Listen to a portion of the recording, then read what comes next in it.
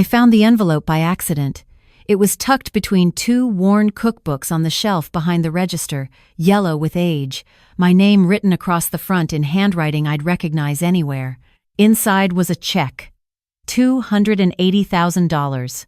Made out to me. Signed by Maria. My hands were shaking as I slid it back into the envelope and placed it carefully in my apron pocket. The lunch rush was starting, and I had tables to serve, but my mind was somewhere else entirely. Somewhere 5 years back, on a rainy Tuesday morning when everything in my life was falling apart. I was 62 years old and about to lose everything. The diner had been in my family for 40 years. My parents opened it in 1984, and when they passed, I took over. It was supposed to be my retirement plan, my legacy to pass down to my daughter Rachel. But Rachel had moved to Seattle for her career in tech, married a software engineer, and made it clear she had no interest in a greasy spoon diner in Cleveland, Ohio. I couldn't blame her. She wanted more than I had. That's what mothers want for their daughters, isn't it? But then the neighborhood changed. The factory closed. People moved away. The regulars got older, stopped coming. Coffee shops with Wi-Fi and avocado toast replaced places like mine. My daily customer count dropped from 50 to 20, then to 10. Some days, nobody came at all. The bank had sent the final notice. I had 30 days to pay the back mortgage or they'd foreclose. $60,000 I didn't have. I'd already sold my car. I was taking the bus to work. I'd stopped buying groceries. Just ate the leftover soup and day-old bread from the diner. My apartment rent was 3 months overdue. Rachel offered to help, but she just had her second baby. She had her own mortgage, her own life. I couldn't take money from my daughter. What kind of mother would I be? That's when I met Maria. She came in on a Tuesday morning, soaking wet from the rain. No umbrella, no coat, just a thin sweater and jeans that had seen better days. She was probably in her 50s, though the streets age you fast and it was hard to tell. Her hair was gray and pulled back in a messy ponytail. She had a backpack that looked like it held everything she owned. "Coffee," she said, sitting at the counter. "Please, just coffee." I poured her a cup. She wrapped both hands around it like it was the most precious thing in the world. "Anything to eat?" I asked. She looked at the menu, then at me, then back at the menu. "How much is toast?" $1.50. She opened a small change purse, counted out quarters and dimes. $1.35. She looked up at me with these tired brown eyes. "I'm 15 cents short." I should tell you what the smart thing to do was. The safe thing. I was about to lose my business. I couldn't afford to give away food. But something about her, I don't know. She reminded me of my mother, maybe. Or maybe of myself. "Toast is on the house," I said, dropping 2 slices in the toaster. She looked at me like I'd just handed her a winning lottery ticket. "Thank you."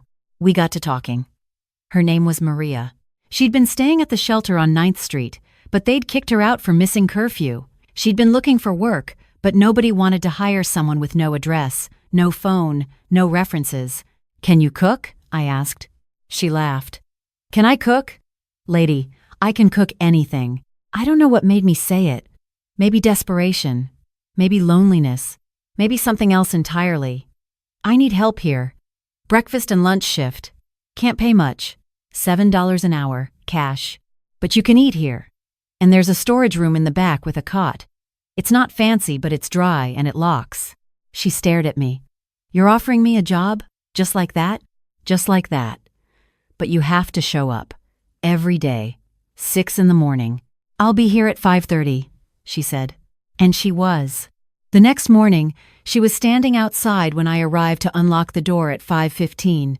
She'd showered somehow, somewhere. Her hair was damp and clean. She wore the same clothes, but they'd been washed. "Put you to work right away?" I asked. "Please." I showed her the kitchen. The ancient stove with the burner that didn't light, the freezer that ran too cold, the dishwasher that only worked if you kicked it first. She nodded at everything like she was taking mental notes. "Start with prep," I said. "Chop the onions, dice the peppers, get the potatoes ready for hash browns." She moved through the kitchen like she'd been there her whole life. Her knife work was fast and precise, restaurant quality. She didn't waste a single motion. By 6:30, we were ready for the breakfast rush. Except there was no rush. 3 customers between 6 and 9, but Maria cooked each order like it was for the president. Perfect eggs. Hash browns crispy on the outside, soft in the middle. Toast buttered to every corner. "You've done this before," I said. "Long time ago," she said. She didn't elaborate, and I didn't push. My daughter called that night. "Mom, you did what?" "I hired someone." "You can't afford to pay yourself and you hired someone? A homeless woman? Mom, are you insane?" Maybe I was. Rachel certainly thought so.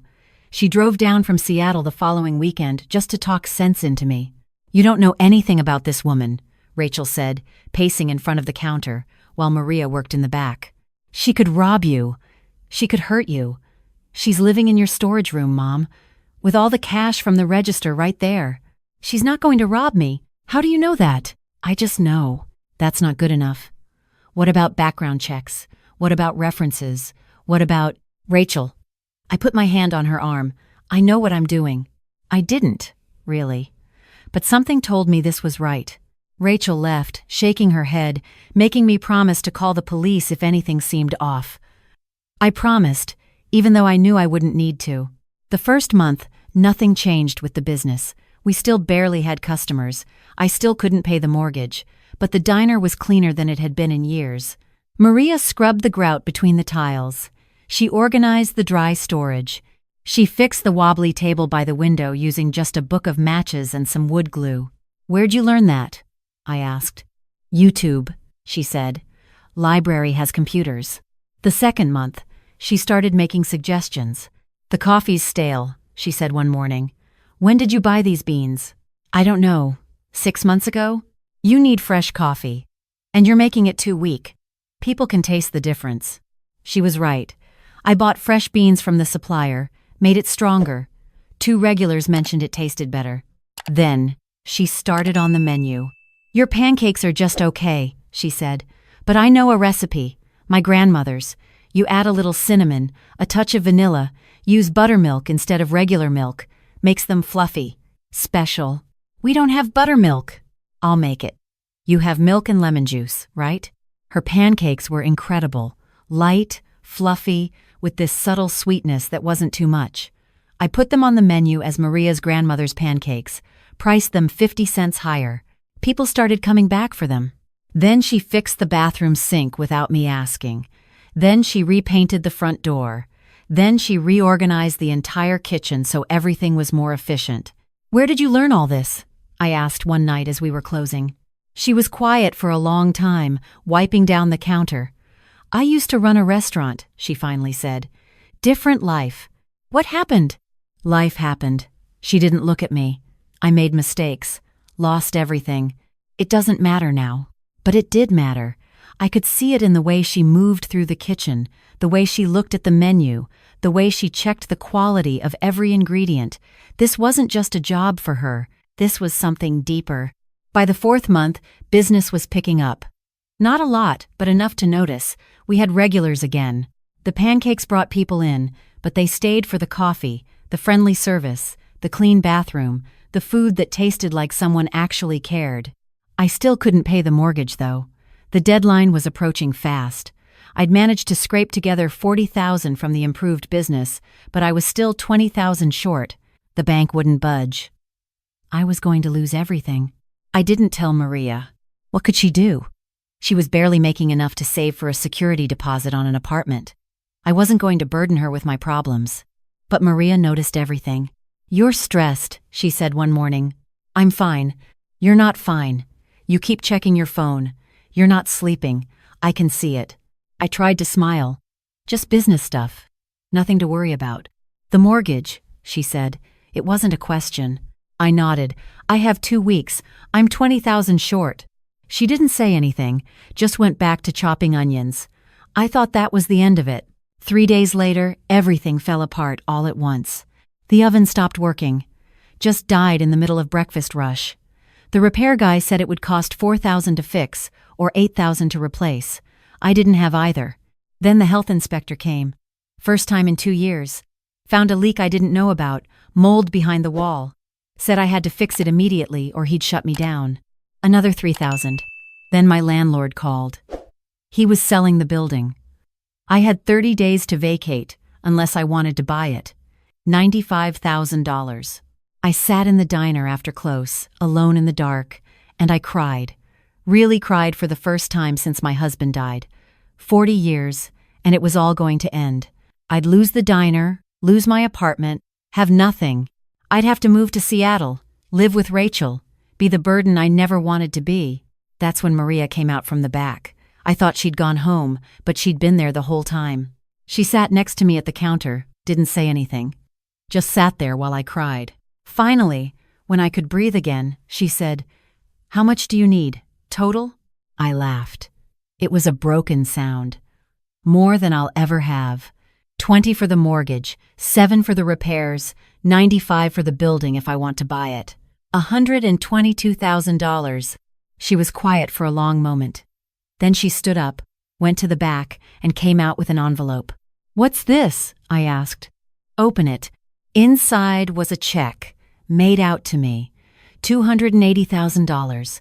The signature at the bottom said Maria Elena Rodriguez. I stared at it, then at her, then back at the check.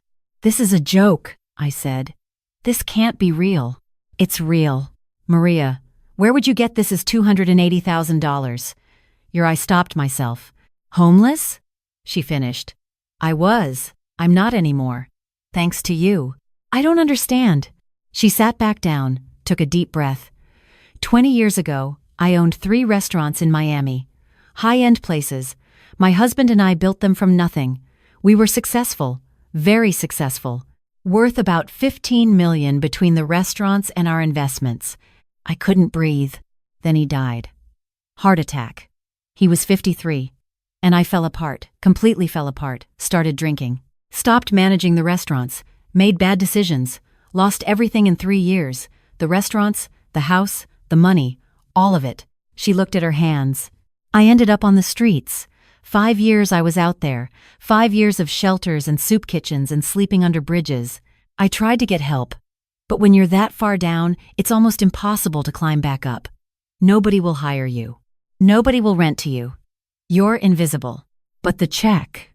My husband had a life insurance policy I didn't know about, $500,000. The company couldn't find me for years because I had no address. They finally tracked me down 6 months ago through Social Security, put it in a trust account in my name. I've been trying to figure out what to do with it. She looked at me. Then you gave me toast. 15 cents of toast. And a job. And a place to sleep. And your trust. You didn't know me. You had every reason to say no. You were about to lose everything yourself, and you still helped me. Tears were running down my face again. "You gave me my life back," she said. "You treated me like a human being when the rest of the world looked right through me. This?" She tapped the check. "This is nothing compared to what you gave me. Maria, I can't take this." "Yes, you can. Buy the building, fix the oven, pay off the mortgage, keep this place running. It's what your parents would want. It's what I want. But what about you? You could get your own place, start over. I am starting over, here, if you'll still have me." I hugged her. We both cried. I deposited the check the next day, terrified it wouldn't clear. It did. I bought the building, fixed the oven, paid off the mortgage. With the money left over, I gave Maria a real salary, with benefits. She moved out of the storage room and into a nice apartment 2 blocks away. But she still showed up every morning at 5:30. We renovated the diner over the next year. Nothing fancy, but we made it warm and welcoming. Maria developed new menu items. We started doing dinner service 3 nights a week. Business grew. Rachel came to visit 6 months later. She watched Maria work, watched the customers, watched the whole operation we'd built. "I was wrong," she said. "About Maria. About everything." "I know," I said. "How did you know, though? How did you know you could trust her?" I thought about it. I didn't know. I just hoped. And sometimes hope is enough. The diner's thriving now. We have regular customers who come in every day. Families who've made it their Sunday morning tradition. Kids who order Maria's pancakes and wear the whipped cream mustaches. Maria became my business partner last year. She owns 40% of the diner now. She insisted I keep majority ownership, but I wouldn't have it any other way. This is as much hers as it is mine. She still comes in at 5:30 every morning. Sometimes I ask her why she doesn't sleep in, take a day off, enjoy her life. This is my life, she always says. This is exactly where I want to be. I found that envelope with the check last week while organizing the office. I never cashed it. I forgot it was there, to be honest. When I asked Maria about it, she laughed. I wrote you another one and put it in the mail, she said. Figured you lost the first one. I deposited a check from you for $280,000. That was the second one. There were 2 checks? I kept writing them until one went through. I think I wrote 4 before you finally deposited one. I just shook my head. That's Maria. Stubborn and generous and completely impossible. Rachel's pregnant again. Her 3rd child. She called last week and asked if I'd come stay with her for a month after the baby's born, help out. I can't leave the diner, I said. Mom, Maria can handle it. I know she can. But who's going to make sure she actually takes her lunch break? Maria rolled her eyes in the background. I could hear her muttering something about stubborn old women. We're opening a 2nd location next year. Maria's idea. She says there are too many people in this city who need a place that serves good food at fair prices, made by people who care. A place where you're not invisible. Where 15 cents won't stand between you and a meal. I'm 70 years old now. Most people my age are retired, taking cruises, playing with grandchildren. Instead, I'm working 6 days a week in a diner with my best friend, serving pancakes and coffee, and hope to anyone who walks through the door. I wouldn't change a thing. Maria still keeps the storage room in the back, even though she hasn't slept there in years. She turned it into an office, but sometimes I catch her standing in there, just looking around. Remembering? I ask. Grateful, she says. Every single day.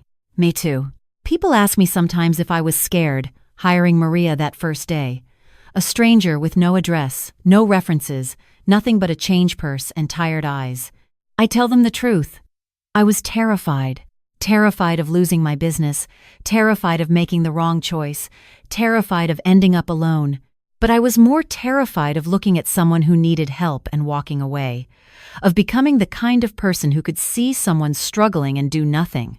That terrified me more than anything. My daughter understands now. She brought her kids to the diner last month, and her oldest, Emma, asked me how I met Maria. I told her the story. The rain. The coffee. The 15 cents. So you helped her because she needed help? Emma asked. I helped her because it was the right thing to do, I said. But she was homeless. Weren't you scared? Maria was listening from behind the counter. I saw her pause, waiting for my answer. I was, I said. But she was scared too. And sometimes, when we're both scared, the bravest thing we can do is help each other anyway. Emma thought about that. Then she asked, what if she hadn't been able to help you back? What if she didn't have that money? Good question. I looked at Maria. She looked at me. Then I would have lost the diner, I said. But I would have kept her. She would have stayed my friend. Because that's what mattered. Not the money. The person. Maria smiled.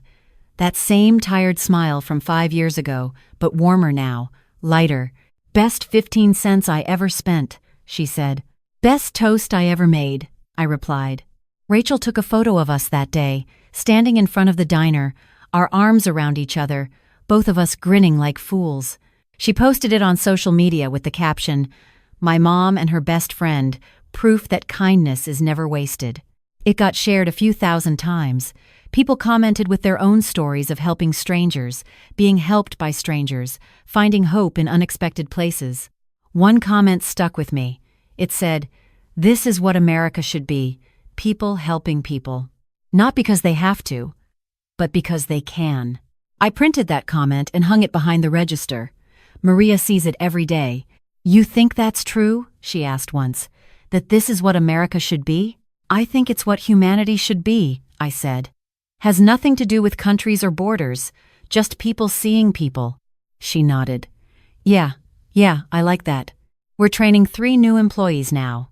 One of them, David, just got out of rehab. Another, Lisa, is a single mom who lost her job during the pandemic.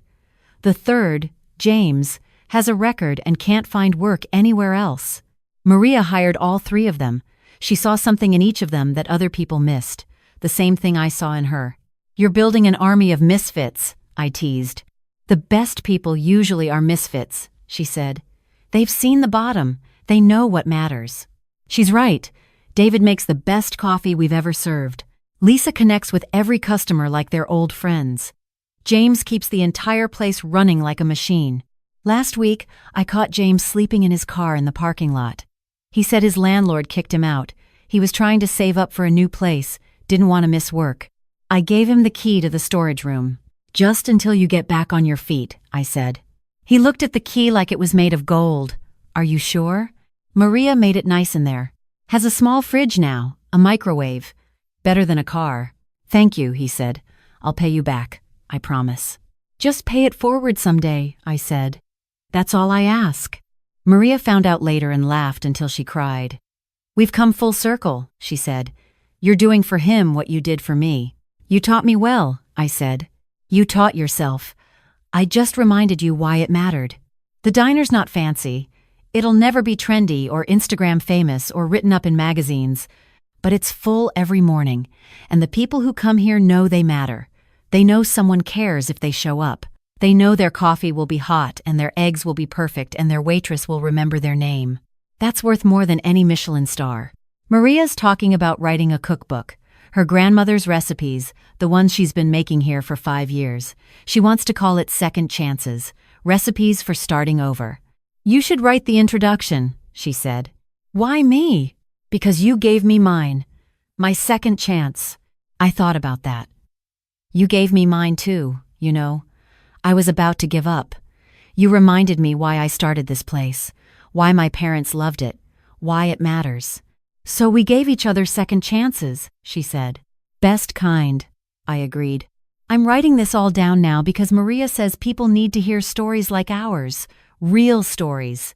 Not fairy tales where everything works out perfectly, but real stories where people struggle and fail and get back up and try again. Where 15 cents of toast changes 2 lives. Where a stranger becomes family. Where the scariest decision you ever make turns out to be the best one. I don't know how many years I have left.